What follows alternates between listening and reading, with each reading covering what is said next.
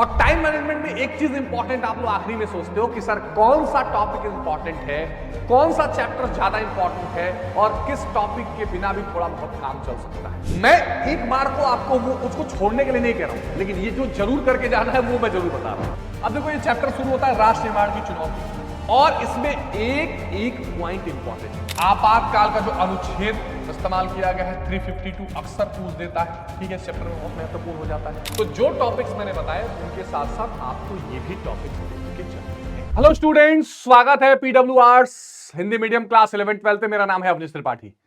प्यारे बच्चों, निश्चित तौर पर क्लास 12th की परीक्षा बिल्कुल नजदीक है और क्लास 12th की इस परीक्षा के साथ न सिर्फ बोर्ड एग्जामिनेशन बल्कि प्री बोर्ड एग्जामिनेशन में बिल्कुल आपके दरवाजे पे खड़ा है। और ऐसे में प्यारे बच्चों, किसी भी परीक्षा के लिए जो सबसे महत्वपूर्ण चीज हो जाती है वो हो जाती है टाइम मैनेजमेंट।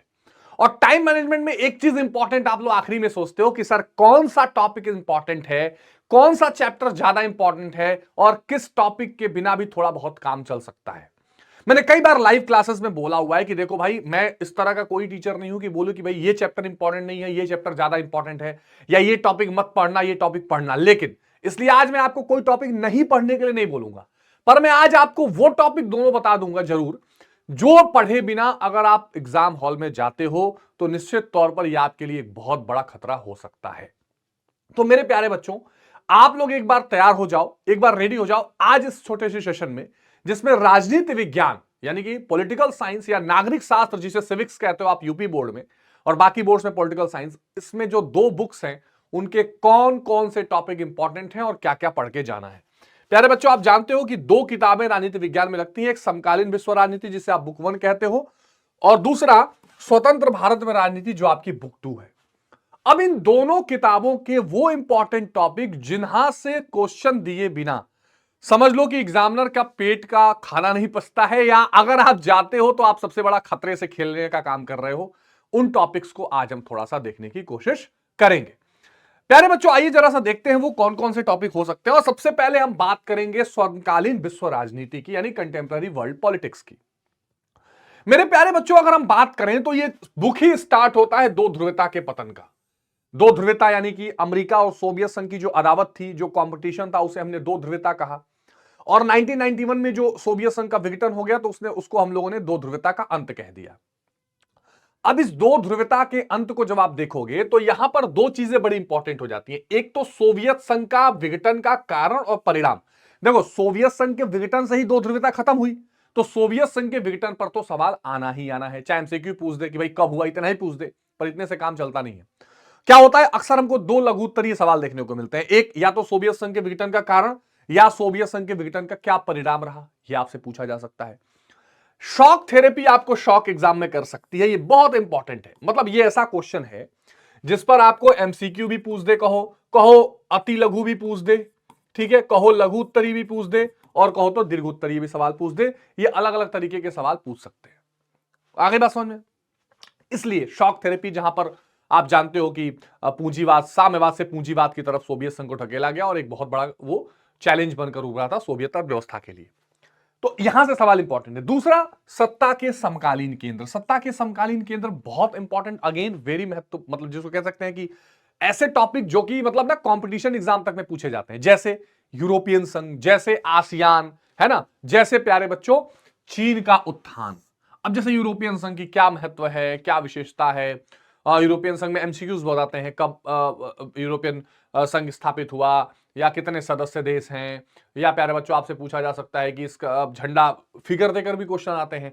अगेन आसियान सदस्य कौन से हैं, स्थापना कब हुई, इसके स्तंभ कौन से हैं। ध्यान रखिएगा, ये सारे टॉपिक जो मैं बोल रहा हूं ये छोटे छोटे टुकड़ों में, बड़े में तो लॉन्ग आंसर तो कुछ भी पूछ सकता है ना। इसके स्तंभ कौन से हैं, कब स्तंभ आए, विजन 2020 क्या है, आसियान शैली एक क्वेश्चन बहुत पूछा जाता है इस पर, तो ये आप जरूर पढ़ लीजिएगा। आसियान शैली, आसियान वे जिसे कहते हैं, इस पर एक क्वेश्चन लगभग पक्का रहता है बोर्ड से लेके, प्री बोर्ड से लेके सीयूईटी एग्जाम तक। तो ये अपने आप में क्या है, अपने आप में बहुत महत्वपूर्ण हो जाता है। फिर हम आते हैं समकालीन दक्षिण Asia, again very important chapter. खास करके इसमें देखो दो जो मुल्क हैं, श्रीलंका, यहां का जो लोकतंत्र का पूरा मुहिम चला, और पाकिस्तान की जो राजनीतिक अस्थिरता है। वहां से अक्सर एक सवाल होता है कि संविधानवाद से खिलवाड़ किस देश में किया जाता है ना, इस तरह के सवाल पूछे जाते हैं। श्रीलंका को लेकर, जातीय संघर्ष को लेकर सवाल हो सकता है, और भारत और उसके पड़ोसी मुल्कों से जो संबंध है। हालांकि ये जो पड़ोसी मुल्कों से संबंध है, बेसिकली भारत और पाकिस्तान और चीन का तो विदेश संबंध में भी पूछा जाएगा, लेकिन ये यहां तक इतना इंपॉर्टेंट हो जाता है जिससे आपको ध्यान रखना है, ठीक है। तो ये समकालीन दक्षिण एशिया का महत्वपूर्ण है। नेपाल का जो लोकतंत्र वाला है, उस वाले पार्ट को भी थोड़ा सा अच्छे से आप देखकर जाएंगे, तो ये बड़ा महत्वपूर्ण हो जाता है। उसके बाद अगर हम चलें, अब देखो बीच में प्यारे बच्चों पर्यावरण और सुरक्षा वाला चैप्टर भी है। मैं एक बार को आपको वो उसको छोड़ने के लिए नहीं कह रहा हूं, लेकिन ये जो जरूर करके जाना है वो मैं जरूर बता रहा हूं। यहां आप यूएनओ के बारे में डिटेल पढ़ के जाइए, जो अंतरराष्ट्रीय संगठन है, और सुरक्षा परिषद के सुधार, और सुरक्षा परिषद और जो यूएनओ के अंग हैं, उन 6 अंगों के बारे में ठीक से पढ़ के जाइएगा। इसके अलावा कभी कभी वहां पर गैर सरकारी संगठन जो एनजीओ हैं, जिसमें एमनेस्टी इंटरनेशनल या मान लीजिए ह्यूमन राइट वॉच, इस तरह के जो टॉपिक मैंने पढ़ाए हैं, उन पर भी सवाल, एक क्वेश्चन कभी कभी कब एमसीक्यू में आईएईए के बारे में भी कभी कभी पूछ देता है, तो ये आपको करके जाना है। बाकी देखो डब्ल्यूटीओ, विश्व बैंक, आईएमएफ सब इंपॉर्टेंट भैया, मैं कह रहा हूं, लेकिन मैं आपको ये बता रहा हूं जो बिल्कुल नहीं छोड़ना है, ठीक है, ध्यान रखिएगा। फिर मैं बहुत इसको इंपॉर्टेंट मानता हूं, ठीक है, वैश्वीकरण वाला चैप्टर।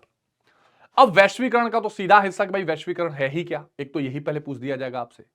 फिर वैश्वीकरण के जो प्रभाव हैं, वो प्रभाव कौन कौन से हैं भाई, वो राजनीतिक प्रभाव भी हो सकते हैं, आर्थिक भी हो सकते हैं, सांस्कृतिक भी हो सकते हैं, तरह तरह के प्रभाव आपको देखने को मिल सकते हैं।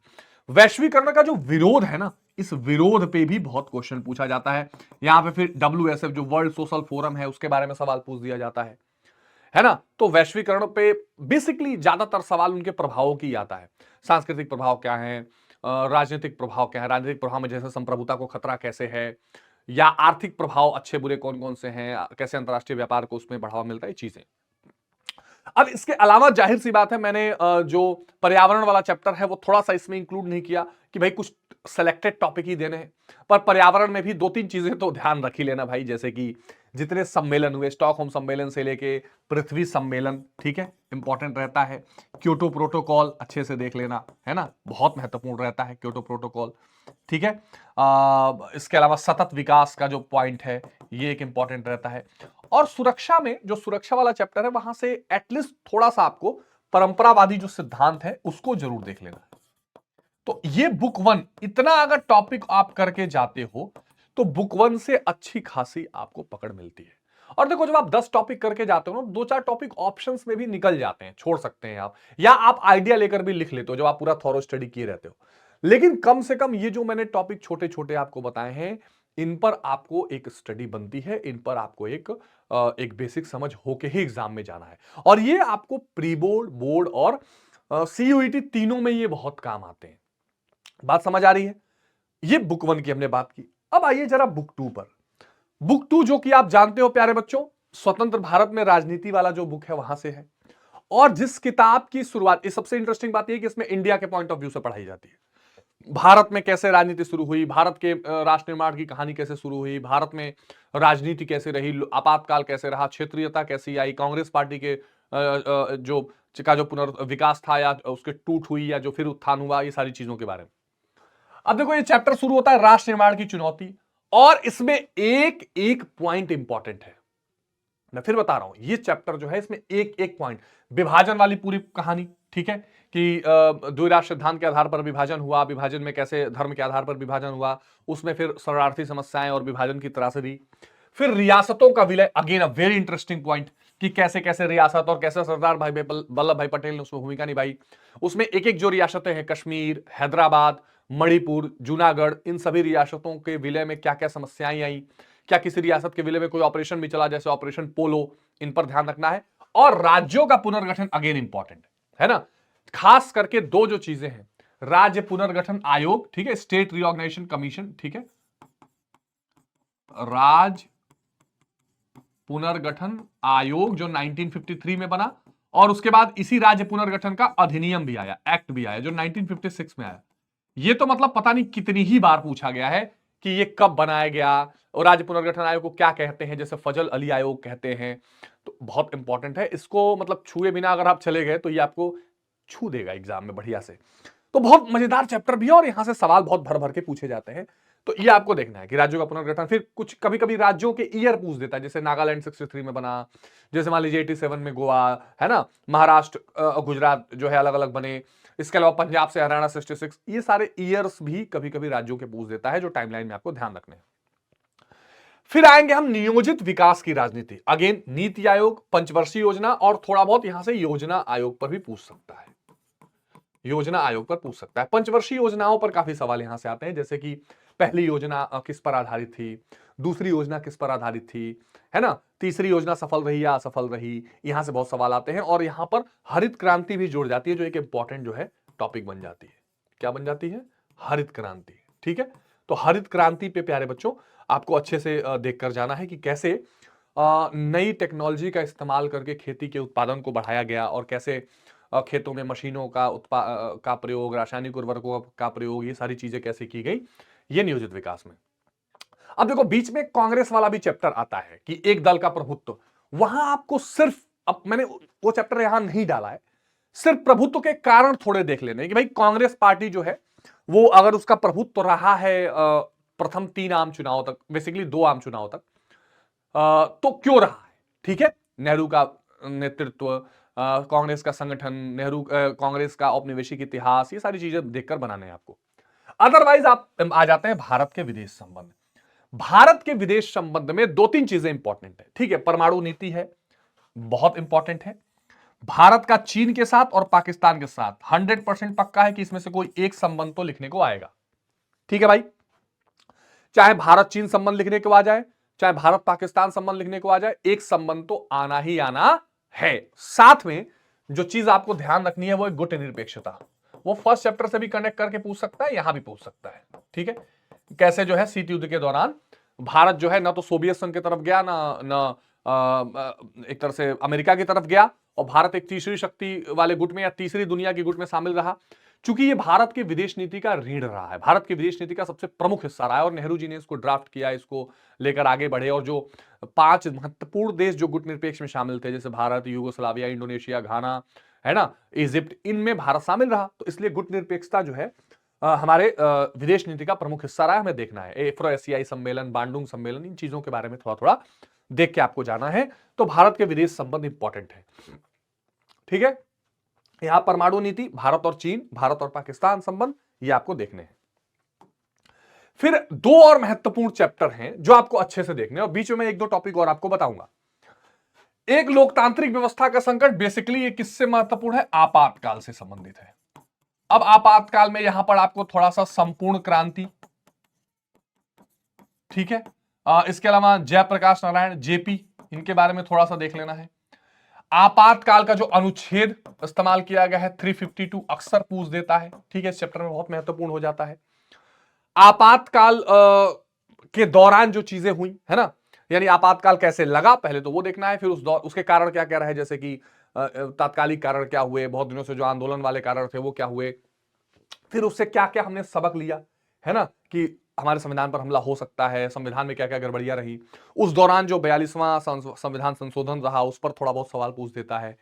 तो ये इस लिहाज से चैप्टर महत्वपूर्ण होता है और पूछा जाता है। फिर जो अंतिम चैप्टर है, भारतीय राजनीति में क्या क्या नए नए बदलाव आए हैं, और उसमें मोस्ट इंपॉर्टेंट टॉपिक है होता है मंडल आयोग।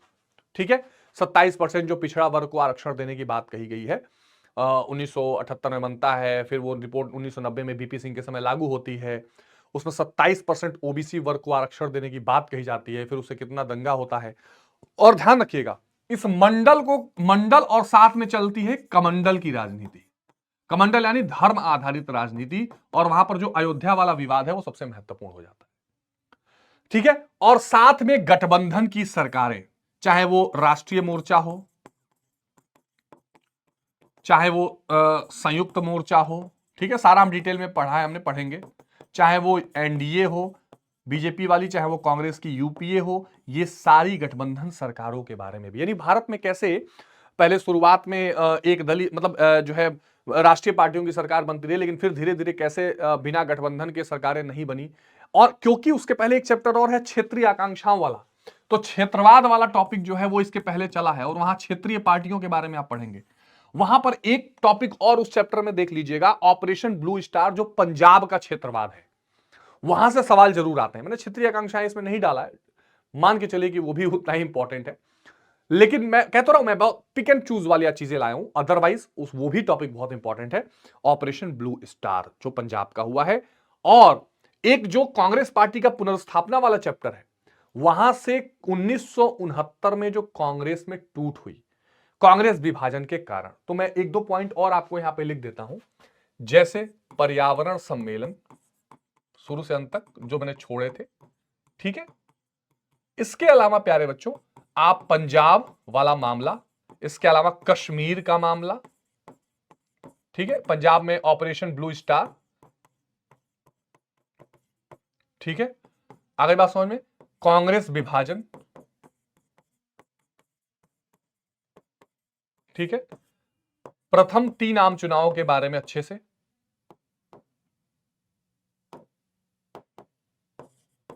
प्रथम 3 आम चुनाव, इनके बारे में अच्छे से आपको देख लेना है। तो जो टॉपिक्स मैंने बताए उनके साथ साथ आपको ये भी टॉपिक्स देख के चलने हैं। तो प्यारे बच्चों, अगर इनको आप अच्छे से करके जाते हैं तो 100% आपका परीक्षा बहुत बढ़िया होने वाली है।